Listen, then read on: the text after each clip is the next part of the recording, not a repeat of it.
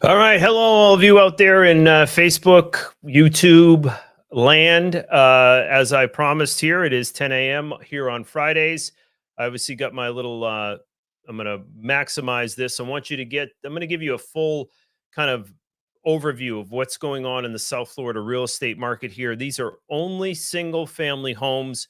The last slide that I'm going to pull up here, I'm going to minimize myself here, and which way is better here? This might be better. All right.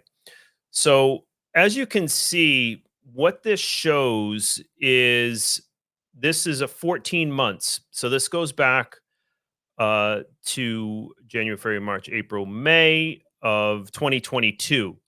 So you can see here, this is still the tail end.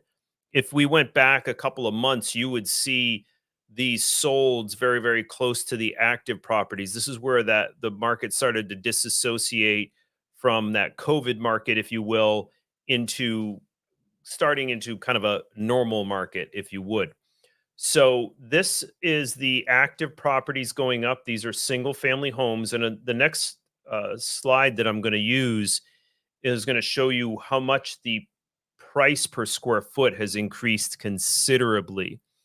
But you can see the inventory go up, and this was kind of when the interest rates really started to kick in. You can see pendings went down, and you can see closed went down in tandem with that. We hit the bottom probably in October, and bottom meaning bottom sales, typical zenith or apex or height, if you will, of the active properties. So again, these are all single family homes.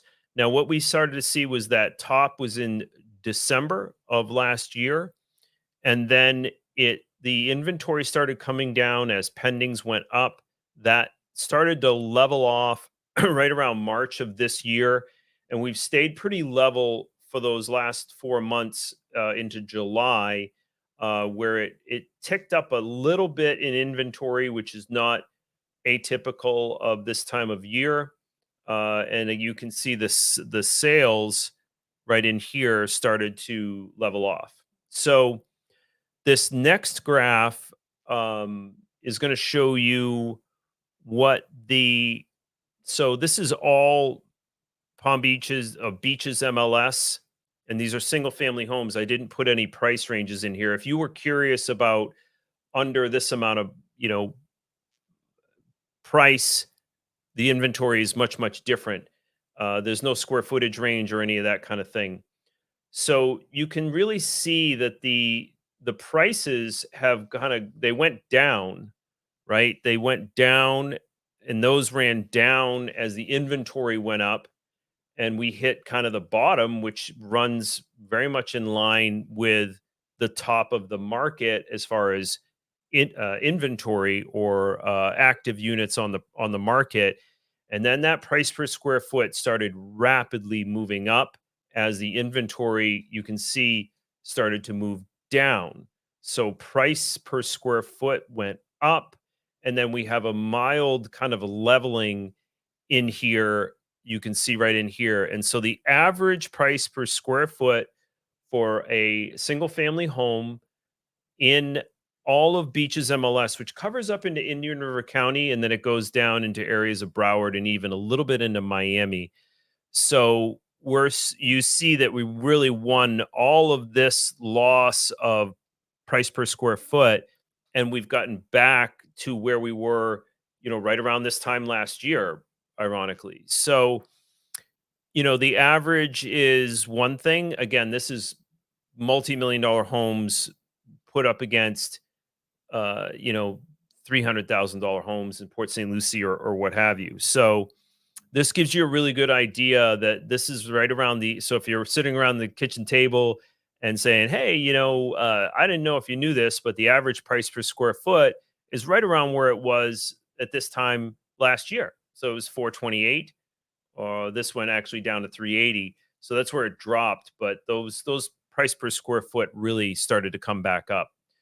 So this next graph shows you, again, it's all the Beaches MLS, no price point and so forth. Now, this line is the sale price to the original listing price. So this time, in May of last year, people were getting 98% of their original listing price. So they're getting pretty close to the original listing price. Now that went down and it hit its bottom right around 89 um, percent of the original sale to listing price. So the original listing, some of this might have been that people dropped their prices, and so they got 89% relative to what the original listing price was.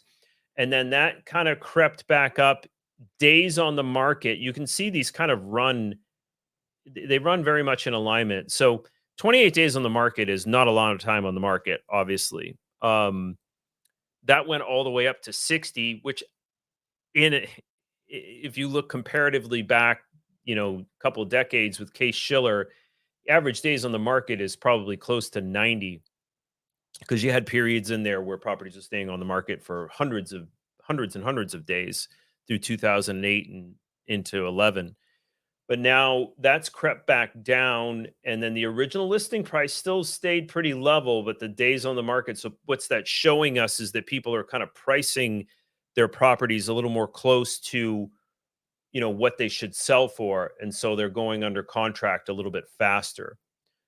So if we move down now, this is what we really want to look at, and this is what I always kind of look at.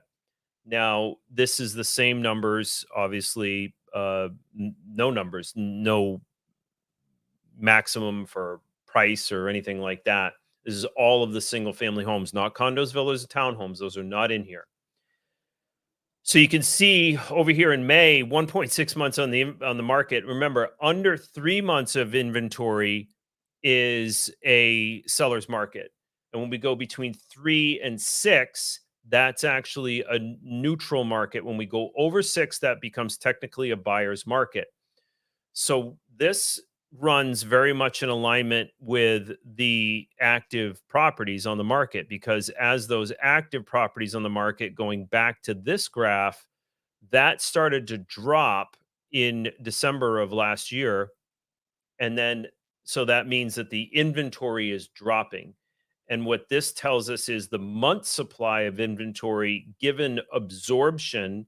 So the absorption is how many properties are actually going off the market, right? So it's telling us basically what the appetite is and now what our month supply of inventory. So this leveled off, this stopped at that top in January, and then it really dramatically dropped as this was a lot of the snowbirds came into town, and it dropped now down back into a seller's market, but we just went up. So this, we don't know if these trend lines, we look at something like this and go, oh, that would be a trend up, but then it drops. Well, this would be a trend down, but then it goes up. We don't know what this next month will be. Now, typically, August gets a little soft. We've been pretty busy, so I don't anticipate this would go up dramatically or down dramatic. I wouldn't anticipate it would go down dramatically. So we'll have to wait and see, what those numbers come in to be. But I hope that this is helpful to you, because it still tells us that we're closer to a seller's market than we are a buyer's market. The original list price to sale price tells us that people will be willing to maybe take a little bit less than what they originally put it on the market for, or they're pricing their properties a little closer to what they should sell for. So, I this is always helpful, I think, for me to kind of see the state of the market, and that's why I have our market update, market update, market update, kind of what's going on with the single family home. So, if you wanted a different, or you wanted a more accurate um, estimation of your month supply of inventory for your property, you might have $1 million home in Martin County. That looks different from under $350,000 in St. Lucie County as far as the month supply of inventory. Also, if you're looking at a condo or a villa or a townhome, maybe you're looking at a certain price point in a certain area, that's going to be it's going to be dramatically different. I've seen some inventory, given the property type and price, be upwards of 14 months of inventory. So there's a lot to look at. It really just depends on what you're looking at, how much the property is in the price range that you're going to feel comfortable with your budget, what the wants and needs are as far as bedroom, bathroom, and area are going to be very, very important to look at if you're looking to buy or sell. Because if you're looking to buy, you're like, well, okay, is there a lot for people to look at? Um, and if you're a seller, same thing. Like if you're compared to others, how many properties do they have to look at? So you really need to price properly because you don't want to be in a 14-month supply of inventory and be the highest priced property unless you have, all the bells and whistles, which would warrant that higher price. But if you're relative to everything else, you're going to have to be priced a little bit lower than them. A and B, want to have good marketing, photos, video, all that kind of stuff that we do in social media and that kind of thing that get your property out there and get it marketed to as many people as possible because most people are searching online before they actually go out and open doors. So I hope this was helpful. Um, Again, if you wanted to have a more accurate understanding of what's going on, please reach out to me. We'd love to help you out and give you an idea of where you stand given this inventory market in the different areas that we're in. So again, I hope this was helpful. I am going to be here Friday, unless last week I was out of town on a funeral, so wasn't able to do it. But I want to be here for you to kind of give you a state of the market and what's going on. So thank you so much.